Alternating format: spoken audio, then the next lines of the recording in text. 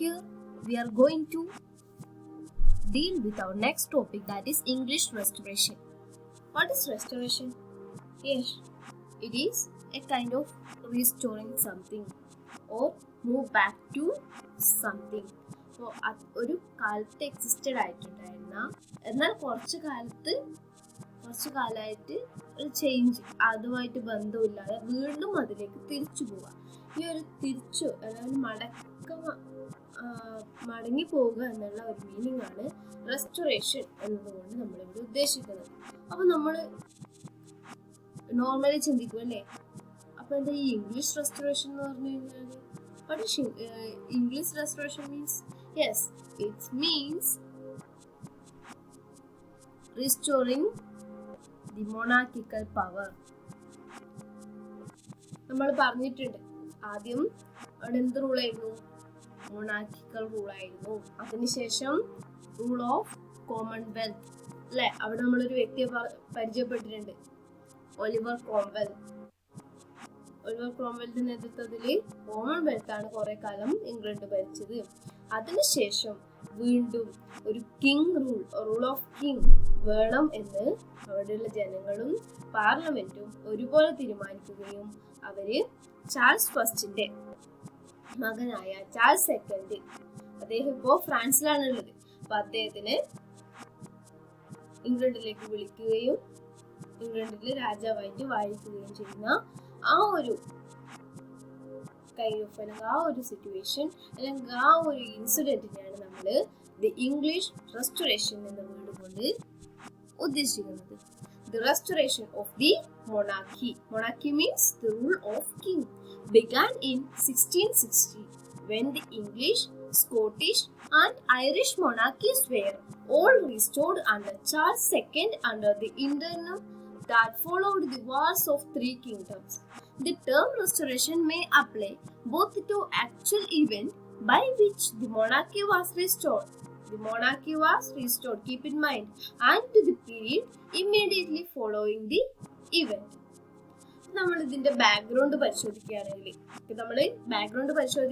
നമ്മൾ ഇതുവരെ പറഞ്ഞു വെച്ചിട്ടുള്ള കാര്യങ്ങൾ, ഇതുവരെ നമ്മൾ പഠിച്ചിട്ടുള്ള കാര്യങ്ങൾ.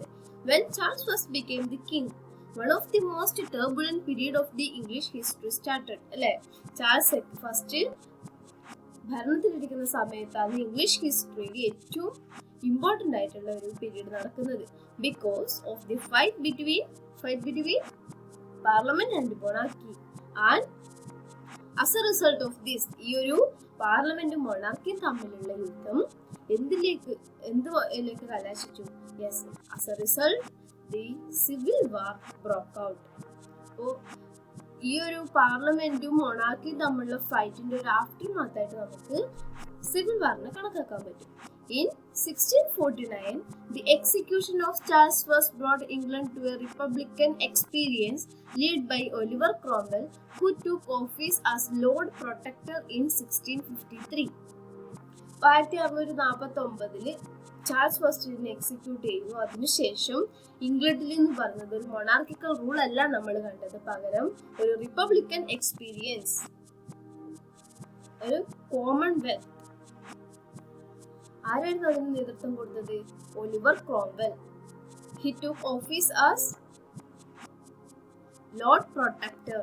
അദ്ദേഹം ഒരു കിങ് ആയിട്ടല്ല ഭരണത്തിലേക്ക് വന്നത്, പകരം അദ്ദേഹത്തിന് ആ ഒരു സ്ഥാനത്തിനെ, ആ ഒരു പൊസിഷൻ എന്താ വിളിക്കുന്നത്?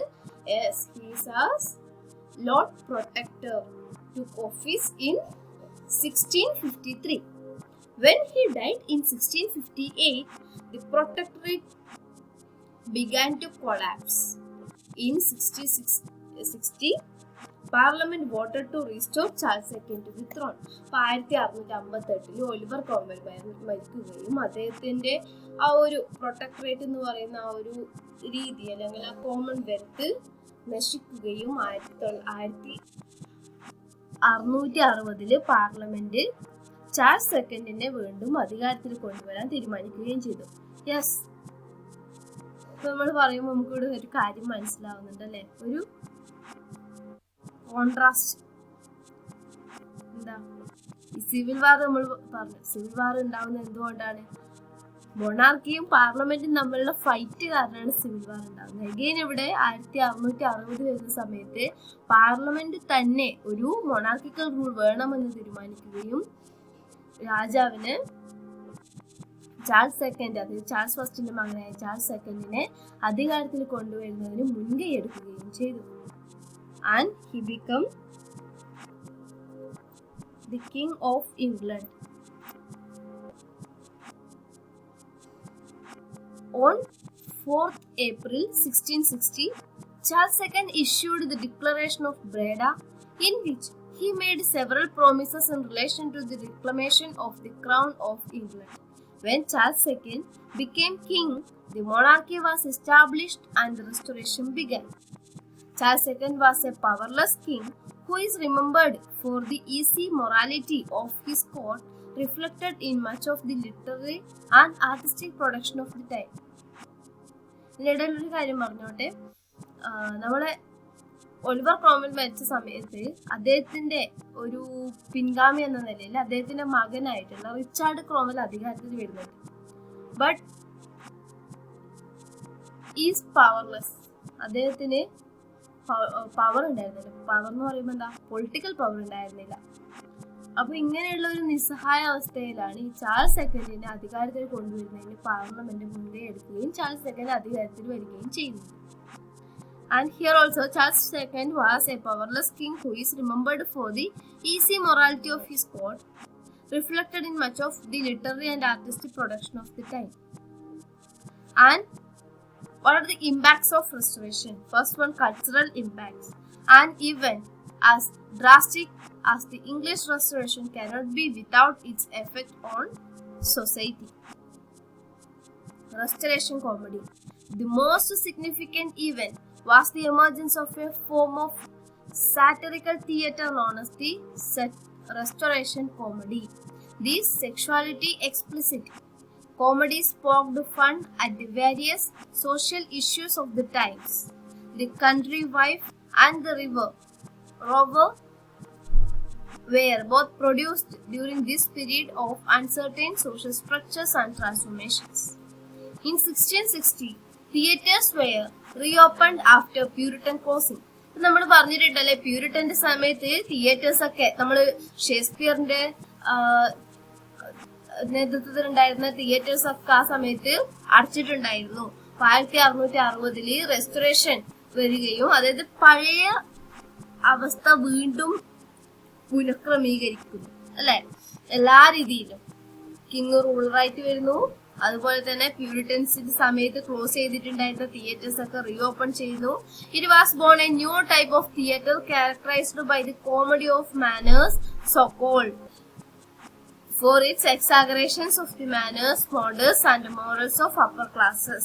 അപ്പൊ ഈ തിയേറ്റേഴ്സിൽ വരുന്ന ചെറിയ ചെറിയ ചേഞ്ചസ് ഉണ്ടായിരുന്നു. അതിൽ മെയിൻ ആയിട്ട് comedy of manners, so called for its exaggerations of the manners, modes and morals of upper classes. Restoration comedy was strongly influenced by the introduction of the first professional actresses. Nell Jean was the most and one of the first actresses and the mistress of Charles II. Charles IIന്റെ മിസ്ട്രസും അതുപോലെ തന്നെ restoration കോമഡിയിലെ പ്രധാനമായിട്ടുള്ള ഒരു ആക്ട്രസസും ആയിരുന്നു നെൽ gen. And there were many differences between Renaissance dramas and Restoration plays. First of all, the audience to whom it is addressed.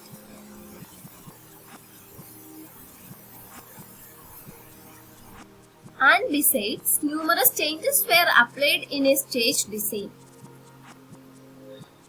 In this way, the original Elizabethan theatres disappeared. അപ്പൊ അത്രയും കാലം ഉണ്ടായിരുന്ന Elizabethan theatres എന്ന് പറഞ്ഞിട്ടുള്ള ഒരു സംഭവം ഇല്ലാണ്ടാവുകയും disappear ആവുകയും new theatres with a roof, sets, sophisticated ways of stage lighting and woman actors. അപ്പൊ എന്താ പുതിയ തിയേറ്റേഴ്സിന്റെ specialities? First one, new theatres with a roof, sets. ഇപ്പൊ സെറ്റ് ഒക്കെ ഇന്നത്തെ കാലത്ത് നമ്മൾ കാണുന്ന നാടകത്തിന്റെ സെറ്റുകളൊക്കെ ഉണ്ടാവുമല്ലോ, അങ്ങനെ സെറ്റ് തിരിച്ചിട്ടുണ്ട്, റൂഫ് ഉണ്ട്, sophisticated ways of stage lighting ഉണ്ട്, and Also there are women actors. The theater at Dorset Gardens. Dorset Garden ഉണ്ടായിരുന്ന ഒരു തിയേറ്റർ ആണ് ഈ പിക്ചറിൽ നമ്മൾ കാണുന്നത്. Then restoration literature. There were also far-reaching effects on literature. ഈ restoration period ലിറ്ററേച്ചറിനും ഒരുപാട് changes and transformations ഉണ്ടായിട്ടുണ്ട്. And a new stream of writing known as restoration literature was born. അങ്ങനെ ഒരു സ്ട്രീം തന്നെ റെസ്റ്റോറേഷൻ ലിറ്ററേച്ചർ എന്ന് പറഞ്ഞിട്ടുള്ള ഒരു പുതിയ സ്ട്രീം തന്നെ ഉണ്ടായി. The literature of this period was the laudatory ode that gained a new life with restored aristocracy, the eschatological literature that showed an increasing despair among Puritans. Even classics such as John Milton's Paradise Lost and Earl of Rochester's Sodom were written during this era. ഈ ഒരു restoration പീരീഡിലാണ് John മിൽട്ടന്റെ paradise lost എഴുതിയിട്ടുള്ളത്. അതുപോലെ തന്നെ റോക്കസ്റ്റേഴ്സിന്റെ Sodom എന്ന് പറഞ്ഞ ബുക്കും എഴുതിയിട്ടുള്ള ഈ ഒരു പീരീഡിലാണ്. അപ്പോ എന്താ പറയാ, the eschatological literature that showed an increasing despair among Puritans. Then, particularly about poetry, the Restoration was an age of poetry. Not only was poetry the most popular form of literature, but it was also the most significant form of literature, as poems affected political events and immediately reflected the times. Prose genres. Prose in the Restoration period is dominated by Christian religious writing. But the Restoration also saw the beginnings of two genres that would dominate later periods, fiction and journalism. അതിനുശേഷം ഇതിൽ പ്രധാനമായിട്ടുള്ള രണ്ട് മേഖലകളാണ്, ഒന്ന് fiction, മറ്റൊന്ന് journalism. Prose in the Restoration period is dominated by Christian religious writing. Okay, and the end of Restoration. There were several opinions on when the English Restoration actually ended. So, English Restoration എപ്പോഴാണ് end ചെയ്യുന്നതെന്നുള്ളതിന് several opinions ഉണ്ട്. Some people term only the event of the returning of Charles II as the Restoration, while others maintain that his entire regime was the Restoration. അപ്പോൾ ചിലർ എന്താ restoration എന്ന് പറയുമ്പോൾ എന്താ പറയുന്നത്, Charles സെക്കൻഡിന്റെ തിരിച്ചുവരവാണ് റെസ്റ്റോറേഷൻ പീരീഡ്, തിരിച്ചു വന്ന ആ ഒരു time. But some authors said that Charles സെക്കൻഡിന്റെ ഭരണം മൊത്തം maintain his entire regime was the restoration. Others believe the restoration applies to the period from Charles II's ascension in 1660 to the fall of James II in 1688. അപ്പോൾ മറ്റു ചിലർ എന്താ പറയുന്നത്, from the accession of Charles II, that is the year 1660, and to the fall of James II in 1688. അപ്പൊ ഇത്രയാണ് നമ്മൾ restoration എന്നുള്ള ഒരു ഭാഗത്ത് മനസ്സിലാക്കേണ്ട കാര്യങ്ങൾ.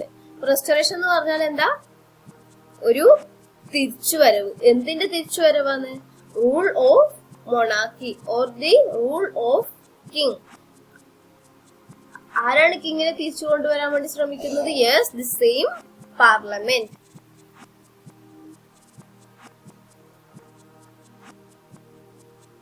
അപ്പൊ നമ്മൾ ഈ പാർലമെന്റ് തിരിച്ചു കൊണ്ടുവരാനുള്ള കാരണം നമ്മൾ പറഞ്ഞിട്ടുണ്ട്. ഒലിവർ ക്രോംവെല് 1658 മരണപ്പെടുകയും അദ്ദേഹത്തിന്റെ മകനായ